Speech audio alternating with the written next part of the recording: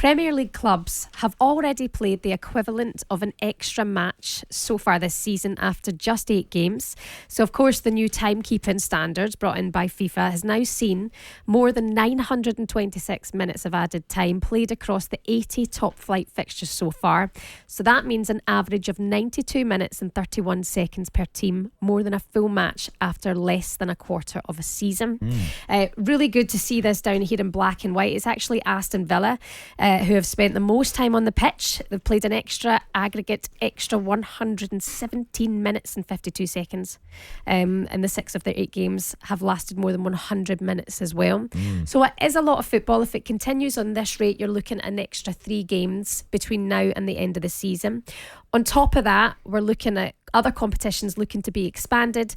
The World Cup, the expanded Club World Cup, Champions League and the European Championships as well. When are they going to draw a line, and is this something we really should now be concerned about for players? Are you actually wanting me to go from a violin case here and start getting the violin? You have such a lack of sympathy. None. Why not? Because it's their job. I mean, you're talking, what we're talking, an extra 7 or 8 minutes a game. The first thing I'd say is, right, I'll tell you what, solve the problem. Stop wasting time. There's one of the problems solved, and we'll not get an extra 7 or 8 minutes. Just go on with the game. Problem solved. And that's it. We can just go on with the football. The professional athletes, right? I get some of they shouldn't be going to Australia pre-season tour. There's one of the problems. That's a good point. That's a very good point. You know, they fly around the world 3 times before we even kicked a ball in anger, playing various money spinners for their clubs. And I appreciate they got to do that, but you can't have it always up, can you? No.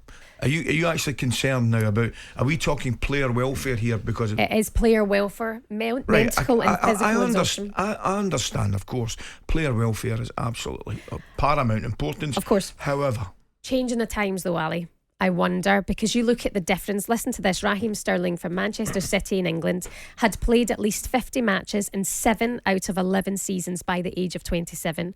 Ryan Giggs from Manchester United in Wales reached 50 games in only 6 of 24 seasons before his playing career ended at the age of 40. So the difference is massive in terms of how many minutes they're taking on. Also, what's interesting as well is FIFA Pro Survey has come out. It's been released today. It shows professional footballers are now in favour of new regulations to protect them from the match congestion and the burden of travel as well. So this survey's been done with 1,055 players, 92 performance experts, and both groups show new support measures are needed to guarantee a minimum length of off-season break and limit repeat back-to-back games. So it feels like players now are feeling the strain of it all, and they're wanting to be protected that little bit more. They've also never been looked after better in the history of the game as regards travel, right? Because, I mean, when I was at Sunderland, we were playing Southampton and Portsmouth, it was an 8-hour bus journey, right?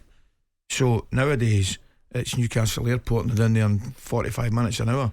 So I take your point, and I don't want to sound as though I've got absolutely no concern for the player at all. Of course I have. Of course. Their welfare's, as I said, of paramount importance. But they've never been looked better after better, Andy, have they? Shaban, because Bukayo Saka obviously is the boy that's had to pull out the squad, and he's 86 consecutive starts for Arsenal. How does Mikel Arteta, who are pushing like crazy to try and win the league, how does he not want to play that kid every game when he's such a key player, such a key component? Every game is massive. You're chasing, if you're not chasing City, now you're chasing Spurs and Liverpool. You know, how do you not continually want to play your very best players? You have to. But the managers are looking and going, we've got now what looks like an extra 4 games in terms of added time. All of these other competitions, our players are dropping like flies. Pep Guardiola said it the other day, the more fixtures, the more injuries. It's as simple as that. And there is a little bit of an injury crisis for some squads just now in the Premier League. I wondered, Ali, and I'm keen to get your thoughts on this, do you think when you look at your generation and maybe this generation, there is a work ethic, work balance thing, that they really want that balance? Because you work your socks off. I'll give you that. You still work your backside off. I would not for a minute say that it's a problem with they don't have the work ethic nowadays. I would not say that at all. Okay. Clearly guys have they worked their socks off to get where they are today, whether it's Raheem Sterling, whether it's Kyle Walker, these guys, they train like you've no idea. You know, their fitness levels are extremely high. Dietary, the way they look after themselves, they look after themselves as well as you would think any elite sportsman does or sportswoman does. So in that response, in that reply, I do not think for a minute, I genuinely don't think, I would never say for a minute, you know, oh, back in our day we used to work and do that. No, I don't think that at all. I think that the work ethic is equally as strong as it is, and it has to be if they want to remain at the elite level. And the amount of competitions where things are going, but squads are growing, the investment's there, and also we would like to see some squad members use that little bit more, and that is then up to the manager to manage that properly as well. But this, I mean, an extra game so far for each club in the Premier League, seeing it in black and white just from added time is quite incredible so far this season. TalkSPORT Breakfast, waking you up Monday to Friday morning from 6 a.m. on AM, on DAB, via the TalkSPORT app and on your smart speaker. TalkSPORT.